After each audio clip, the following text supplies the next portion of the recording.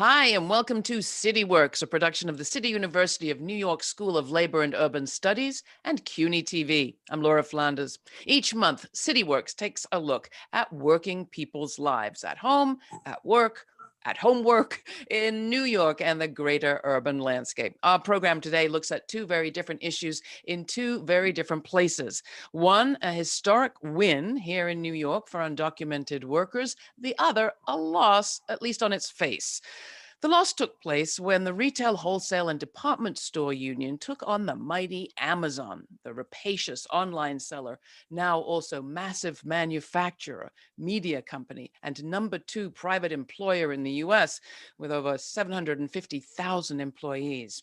Amazon opened a plant in Bessemer, Alabama, not long ago, one of the hardest places in the world to wage a successful unionization fight, a fact Amazon no doubt counted on. So when warehouse hourly employees won a campaign to hold a union election last fall, that in of itself was a victory. A lopsided loss by the union in that vote just now has left pro-worker advocates wondering what went wrong, what's next, and what lessons are to be learned. What's for certain is that U.S. unions aren't giving up their drive to reorganize America. Our guests today are proof of that. Jessica Garcia is assistant to the president of the union that tried to organize those workers in Bessemer. And our second segment has to be scored as one of the biggest wins in decades. Undocumented New Yorkers are now eligible for more than $2 billion under the Excluded Workers Fund.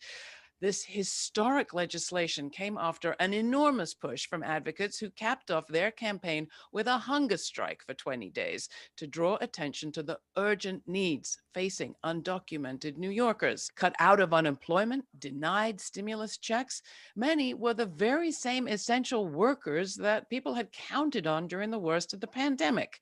Now, at last, some assistance is available for an estimated 300,000 New Yorkers categorized as undocumented. And with us today is Angelis Solis, lead organizer for Make the Road, who helped win this extraordinary recognition of our fellow New Yorkers.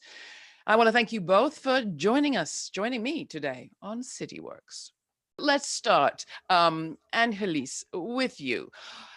Bessemer, Alabama.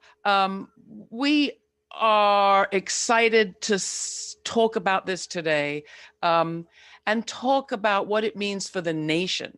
Before we get to Jessica, let me ask you, were you watching what was happening in Alabama? I mean, some people are calling this the most significant labor struggle of the 21st century, even though it went down to defeat. Absolutely. And I'm so honored to be on this show with my colleague, Jessica, my comrade, someone who has been from the beginning pouring their heart and soul into this struggle. I think the RWDSU should be hailed as heroes in the labor movement for setting an example of standing up to the biggest bosses in our backyard and in our world. So I think the world was watching, and Make the Road is incredibly proud to be partnered with the RWDSU, and we look forward to the next iteration of this battle because although it was a close loss, it's a victory in terms of what we can accomplish and how much attention we can garner on exploitative bosses and employers like Amazon.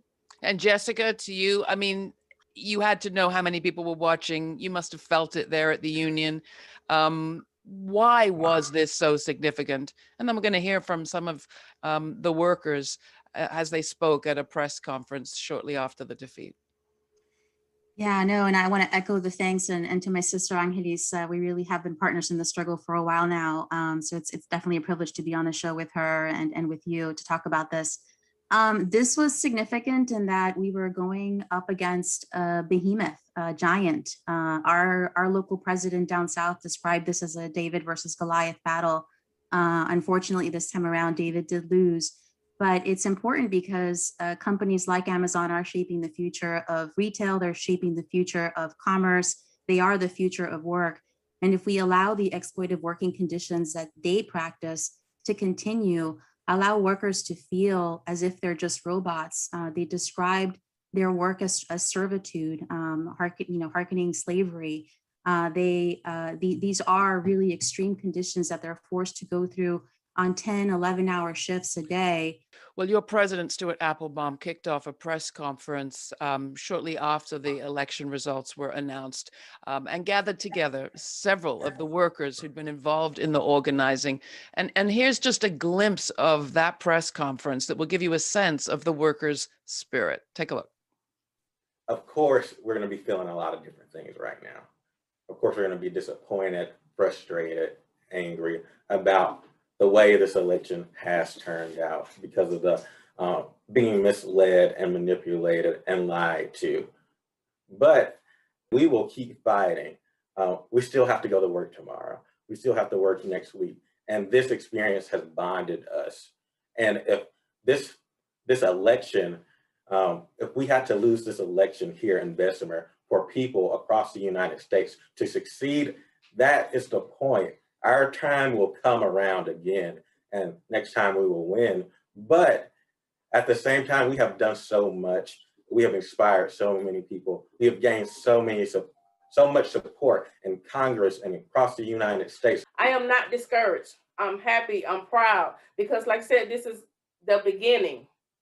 It's not over. I'm going to stay in it till the end.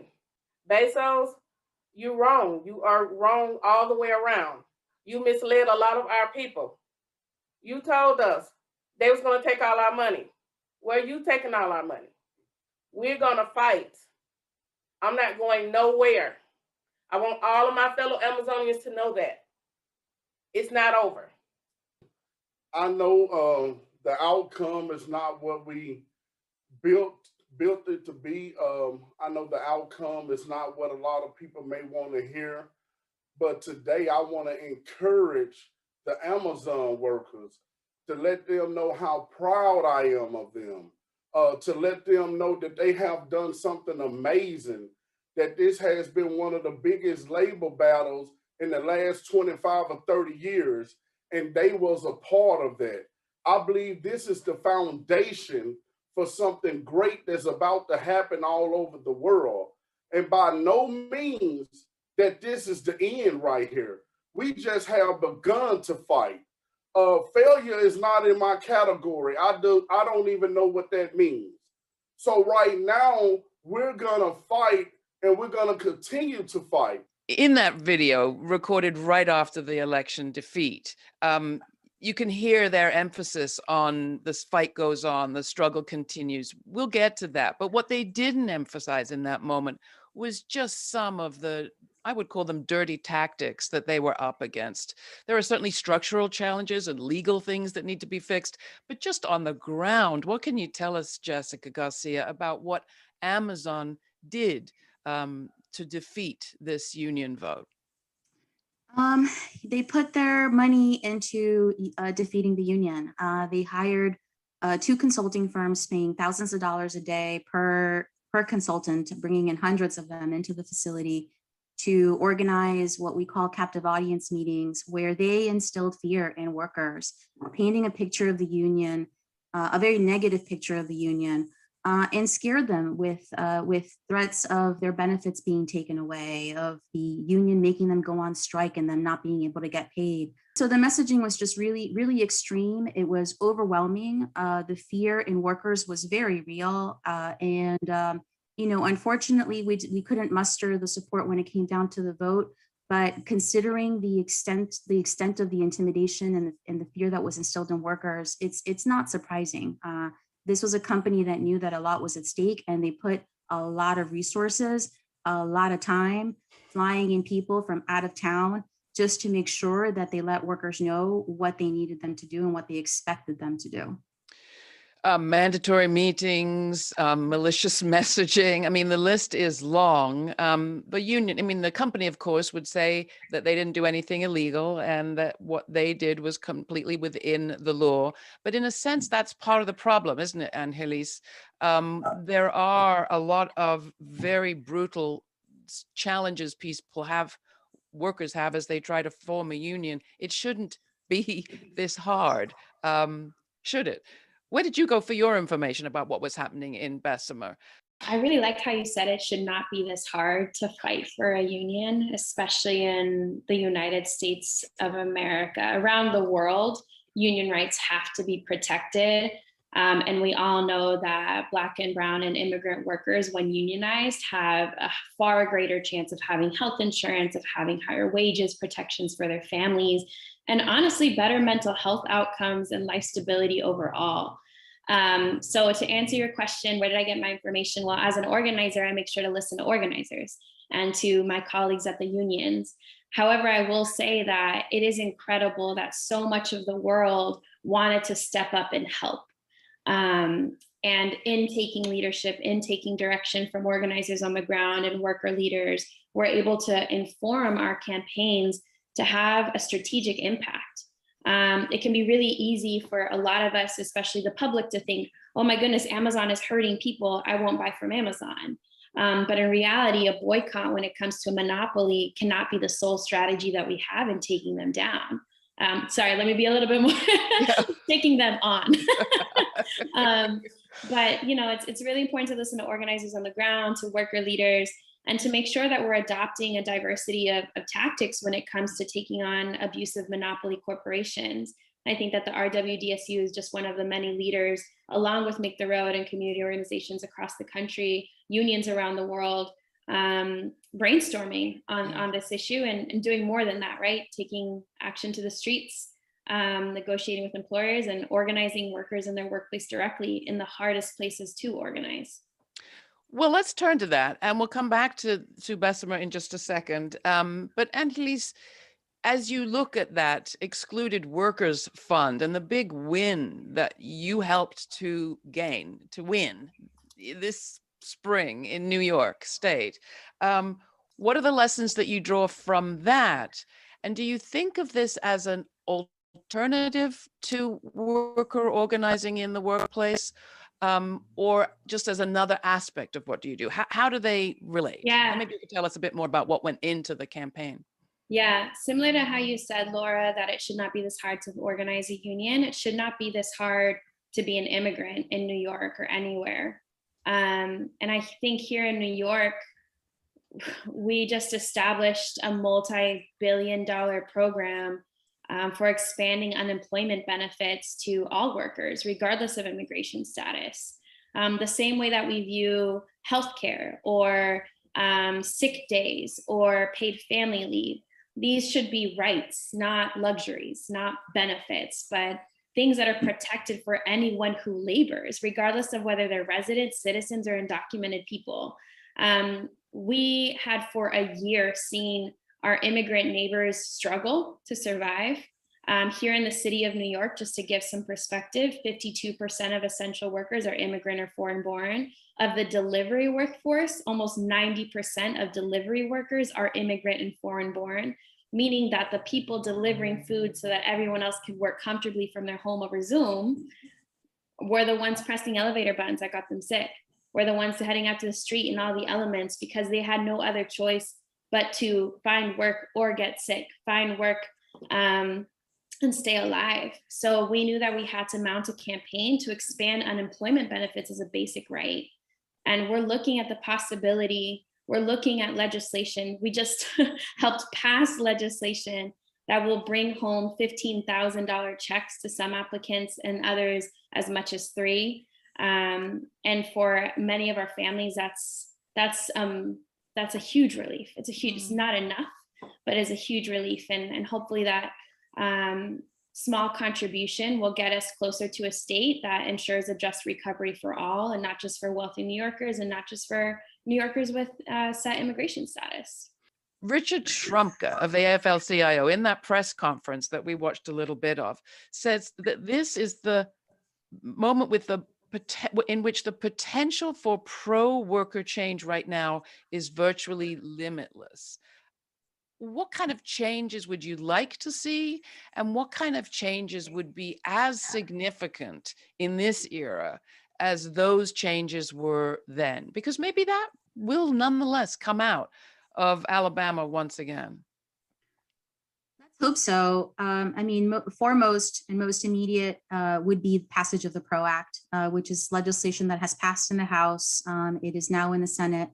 And if we can find the will and the way of moving it through the Senate, it would mean the difference between workers, being able to form a union quickly It would make illegal captive audience meetings, which are so damaging to a unionizing campaign.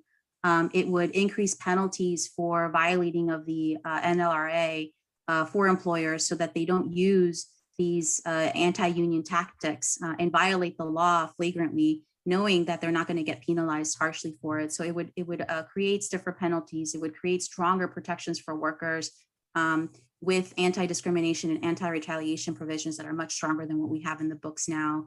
It would ease the way for a vote by forcing arbitration on first contracts if a union and a company can't come to an agreement, so that there actually is a contract, so the company can't keep delaying by forcing to meet workers in a fair way. It just would make a huge, and it would allow for the voting process to just be easier, for the petitioning process to be easier. So it would make a world of difference against companies like Amazon, who just have the deck stacked in their favor. Some would argue that no matter what we had done in Bessemer, we would have lost just because of how hard this campaign was to begin with. And we knew that going in, but we chose to fight the fight for other reasons, knowing that we could still have a loss. And for the workers, you started the conversation with this. I think that's the hard part about accepting a loss. It's just the disappointment for workers because they put so much on the line, so much at stake. And when you hear about the fear that was instilled in them day to day, and the fact that they still had the courage to vote yes, they still had the courage to talk to their workers. There's just so much. I have so much respect for them, and just really like privileged to have worked with them the last year on this campaign. But the hope is that they also gained hope from this, and we don't want to lose that. We want to keep them motivated and see that their actions have led to something. And so, whether it's passage of the PRO Act, whether it's winning through the NLRB through ULP charges, whether it's just improving working conditions day to day, that would be a huge win. These workers are working under extreme temperatures day to day. They are they're treated as if they're robots, literally, as if they're not really human. They have so many injuries in the workplace. Their ability to access workers' compensation is minimal. So if we could change some of these conditions in the short term, that would make a world of difference for these workers. I don't think we've emphasized just how many workers are in that plant in Bessemer. It's between 5,000 and 6,000, isn't that right? And they That's use right. that phrase a lot, feeling like robots. Yes, because it's true. That's the one thing that they would say all the time to us. It's no coincidence, I suspect, that we're talking about a largely African-American, Latinx, and just largely female population, or at least a lot of women of color in the mix. Racism, racial divides have always worked well, especially in the history of the South, but not just there, to divide workers. And they certainly did in the years since the 30s. If we're going to achieve those, what did he say, practically, virtually limitless goals and victories for workers in this era, Angelis, what have you learned from your work about how to bring people together? Because the fight for excluded workers was also one that had to be won against a lot of opposition and a lot of stereotypes and bad mouthing of immigrants. That's such a good question. It says a lot that at the beginning of the pandemic, not only state leadership, including our governor, but the public as a whole found it quite easy to rely on immigrant labor to survive during this pandemic, while not necessarily ensuring that they had access to the same resources to do so. I'm thinking back to the beginning of the pandemic when our governor was confronted by a group of immigration activists who asked him, what will you do for undocumented workers? What will you do for the immigrant population in New York? And he essentially relegated the responsibility to President Donald Trump at the time. Our governor has written a book on his leadership while the real heroes of New York died. At Make the Road, we lost 90 of our members in the first 6 weeks, 90 members who, like I said, had no other choice but to go out and find work. and risk getting COVID, and many of them did. And many did not survive. So I think it was, as organizers, it was an opportunity for us to take that devastation, take that anger, take that grief and that rage and organize. And we took it to the streets. We were one of the first community organizations to mobilize in person during the pandemic, starting with caravans and then moving on to marches and rallies. And this was, again, from the direction of our membership, who said, I can either stay at home and lose everything here while I sit and make calls to my legislators, or we can take some real risks and show them, if you want to see that I'm hungry, if you want to see that I'm desperate, I'm going to bring it to your doorstep. So we organized sleep outs in front of Jeff Bezos's home. We organized lockouts at the Amazon warehouses. We organized 2 hunger strikes in a pandemic that were primarily led and participated in by immigrant mothers, working mothers, single mothers, domestic workers, domestic cleaners, people who have nothing but were the frontline workers for everybody else. And I really want to reiterate that it's the bravery of our membership. It's the bravery of workers taking every risk, whether it's to fight for a union or to fight for a fund, that paved the way for, honestly, for history. This is a moment where we look back and we see who stood up for everyone else, who took those risks, and we learned from them. The point that you made about Bezos and just mentioning him personally reminded me that in this time, many community organizations, I don't know about Make the Road, but many nonprofit organizations are dependent on the largesse of men like Bezos, who have made enormous amounts of money in this period and before. There are great contributions being made to nonprofits and being made even by Bezos at this time. How do we need to think about that as we nonetheless organize and broker the kind of community organization labor relationships that are represented by this panel? Can he buy off people, I guess, is my question. Is there a danger of that? Angelis. This is such a timeless question, especially right now in a pandemic where we've seen billionaires and multimillionaires gain over 187 billion in the worst economic disaster for the last generation, for the last 100 years.